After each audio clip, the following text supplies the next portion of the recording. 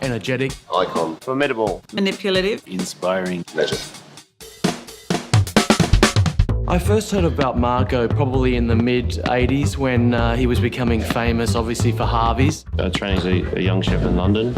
At that stage, I was only 18 years old, and Marco Pierre was at the sort of the highlight peak of his career. Certainly his book and the food and what it seemed to stand for, that inspired me to become a chef. I first fell in love with Marco in the early 90s when I got a copy of the White Heat book, and I thought it was the sexiest thing I'd ever seen. Like, perfectly formed kind of rock star. Because until then, all chefs were big, fat, white, male, and probably French. It was very much changing the game and the landscape within restaurant scene. He changed everything for people like me who write about food as well, because first of all, he gave us so much to write about. Those anecdotes and those stories you heard about, a feisty young man throwing people out of a restaurant. If you didn't want to eat it, that was it.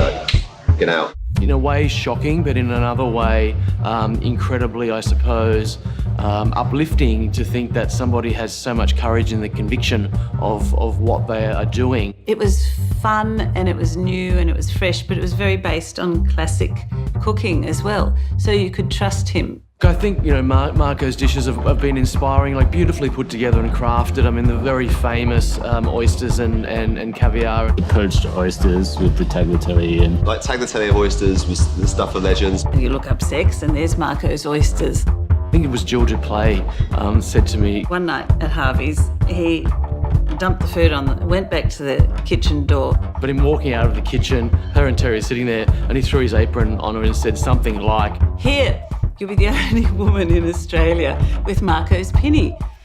And I'm sort of going... And you know what? She probably hasn't washed it. I haven't washed it. I think Marco's legacy will probably be like the guy who lifted the ceiling. He just didn't care what people thought of him. He didn't really give a shit. It was just all about the food. And that gives you immense freedom. He changed the possibilities of what a chef can be.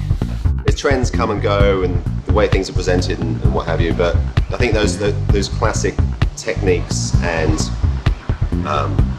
the old school British dishes. If Marco hadn't done what he did way back when, a lot of other chefs wouldn't have put their foot forward.